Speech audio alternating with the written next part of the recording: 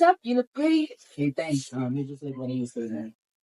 Back since you been a while. How have you been? Hey, I know, right? I've been so busy lately. Oh, I see. Well, let's catch up. Language is a system of conventional spoken or written symbols by which human beings express themselves as members of a social group and participants in its culture.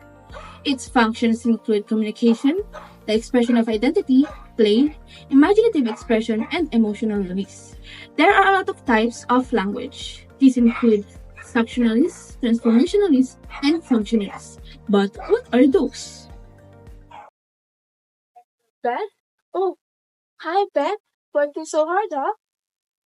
What's mom? I can see movies. What is that? Oh, I can see that you're having a hard time forming a sentence or a phrase. Is that right? Hmm. Let me see. What is that? Oh, can you tell me what are the things that you find difficult? So I'm confused about adjectives and adverbs. That's why I cannot make words or phrases using adjectives or adverbs. Oh, I see. So, in forming a sentence or a phrase, there are some rules that you need to consider.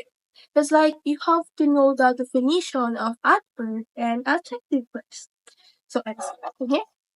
So the adjective adjective and adverbs, right? So the adverbs means that it modifies the verb that another adjective or adverb or an entire sentence. While the adjectives it describe the states of being of nouns.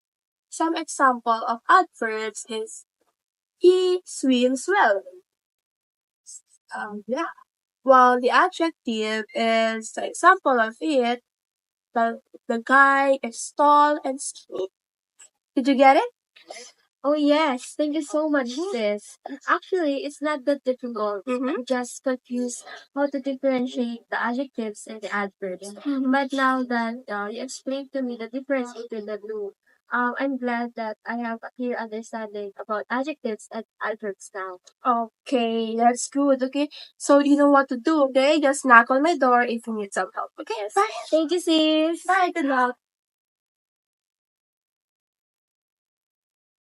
And that's how structuralism works. Structuralism believes that all human activities and products are constructed and not natural.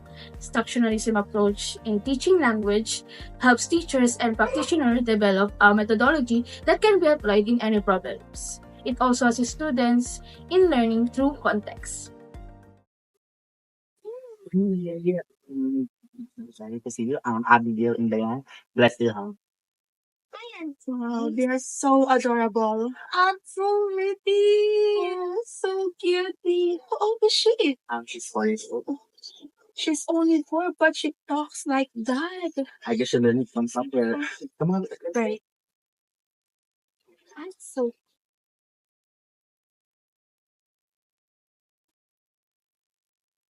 search now. What I'm so pretty me. Gonna search it on the internet, and it's transformationalist. Transformationalist is from Noam Chomsky, and it says that language is innate and universal. That's why Diane already said that I'm so pretty even though it has a wrong or a specific grammar. So I'll tell it to my sister. Diane! Diane! Yes? You know, I have a lot of learnings today. You know what? I've learned that transformationalist is a type of language wherein non-Chomsky sees in his view that language is innate and universal. And you know what? I heard what you said earlier. You said that I'm so pretty. So instead you say I'm so pretty, it is more probably good if you say Anne is so beautiful or Auntie is so pretty. I'll try next time, ate. Yeah, but you did a great job. Yes, you heard it right. Transformationist views are associated with Noam Chomsky. It is believed that language is a system of knowledge made to manifest in linguistic forms, and it is also considered innate and universal. Excuse me, your friend is calling you. Alright, thanks for that. That's not the only part of language. We also have interactionalists and functionalists. But how are they different? Hey Alexa, can you clear some things up for me? You're a linguist, student, right? Sure, what is it? So, we've been talking about functionalist and interactionist theory, and I'm a little bit confused about these theories. So I see that you're having a problem with those theories. So let's start with functionalist. So functionalist is and how language serves on various functions in communication. Like what? Like when I ask or when I say, "Can you please close the window?" I'm requesting something. So the function is clear. I want you to take an action. Okay, so it's all about the functions. Exactly. Okay. So the next one will be interactionalist or internationalism. So it focuses on social interactions and how we use language. Can you like give me some examples? Okay. So imagine that we are in a family gathering and I say, let's take a picture. So it's a matter of who I say it or how I say it. Okay, so in the end, it's not about what's said; it's also about why and how it was said.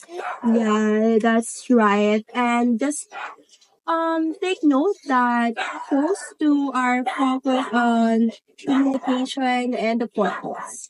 Okay, makes so much sense now. Thank you. Okay, bye. And that's the last two theories of language. So we all know that we have two types of language, right? The first one will be first language acquisition. This naturally happens in early childhood. Children learn their language through immersion and interaction with their caregivers, families, and other people around them. This process typically is unconscious and prioritizes listening and speaking over reading and writing. Good morning, Abigail. Are you ready for breakfast? Breakfast? Yes, breakfast. What do you want for breakfast? We have toast, toast and empanada. Empanada. Oh, that's a great choice. Before that, can you say please, mommy? Please, mommy. That's great, buddy. Here you go. Here's your empanada. Thank you, And mommy. so while you eat that, let's talk about your day. What do you want to do later? I want to play with toys. What kind of toys do you want to play with? Cars. I want to vroom vroom vroom. That's a great choice. But remember, when you're playing, we can play, but remember to share some with your friends too. Yes, share.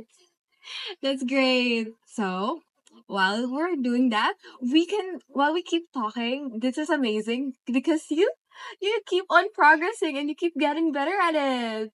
Yes. So that's how we acquire or learn our first language. So we all know that there are two types of language. And the second one is SLA or second language acquisition. So what is second language acquisition? So second language acquisition is learning a language other than the first language. This involves developing skills and understanding, writing, reading, and even speaking. This also involves learning these grammars, vocabularies, and cultural differences. This may occur in everyday interactions or informal education setting. So, let's see how we acquire our second language. Good morning, everyone. Today, we'll be exploring the rich tapestry of languages and dialects spoken in the Philippines. Who can tell me how to say good morning in your own language?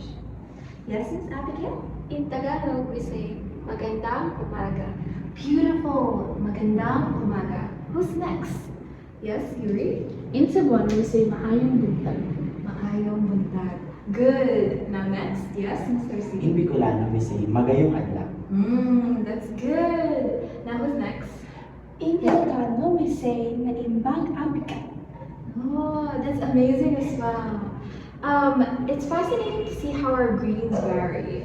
And I love how our classroom reflects the diversity of our country. Let's remember this greetings as we celebrate and embrace our different cultures. It seems that the bell has rung. Before we leave, let's greet each other in our own languages. Magandang umaga.